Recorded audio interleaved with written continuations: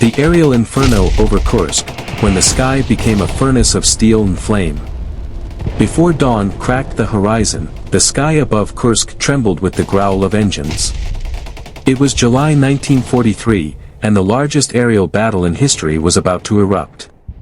Soviet Yak-1 fighters, sleek and lethal, burst from storm clouds like a swarm of iron hawks, their SHKAS machine guns spitting tracer fire into formations of German Ju-87 Stuka dive bombers.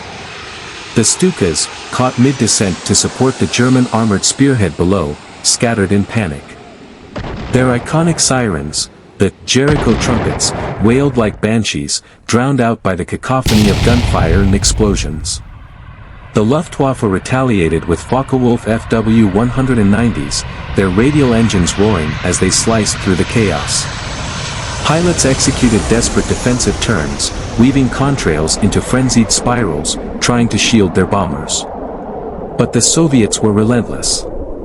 From below, the ground shook as Soviet Il-2 Sturmovix, the Black Beasts, screamed down at near-vertical angles, unleashing RS-82 rockets and FAB-100 bombs onto German Panzer IVs and Tiger tanks.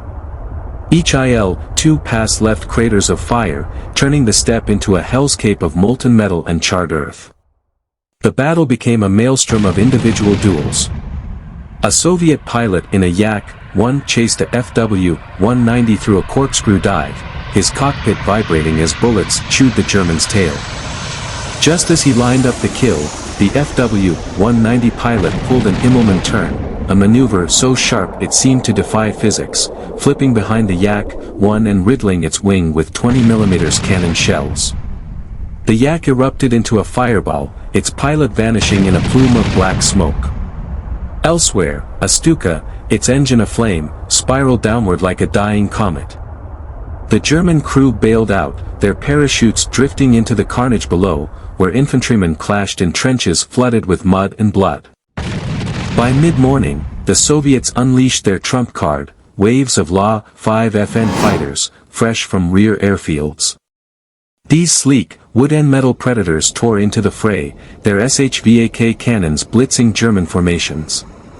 3 FW-190s disintegrated in seconds, their wings sheared off by precise bursts. The Luftwaffe, desperate to cripple Soviet air power, redirected Heinkel He-111 bombers to strike air bases.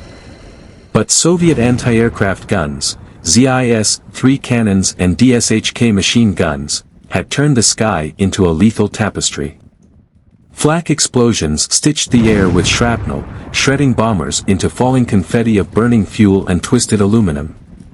Amid the bedlam, Lieutenant Ivan Petrov's Il-2 became a symbol of Soviet defiance. His left wing, shattered by flak, trailed flames as he wrestled the controls. Instead of bailing out, Petrov radioed his squadron, for the motherland, and plunged his Black Beast into a column of German tanks. The impact vaporized 3 panzers, the explosion rippling across the battlefield like a seismic wave. By noon, the sky began to clear. The sun, pale behind a veil of smoke, cast long shadows over an apocalyptic tableau. Hundreds of wrecks, Yaks, Focke-Wulfs, Stukas, smoldered on the ground, their fuselages twisted into grotesque sculptures.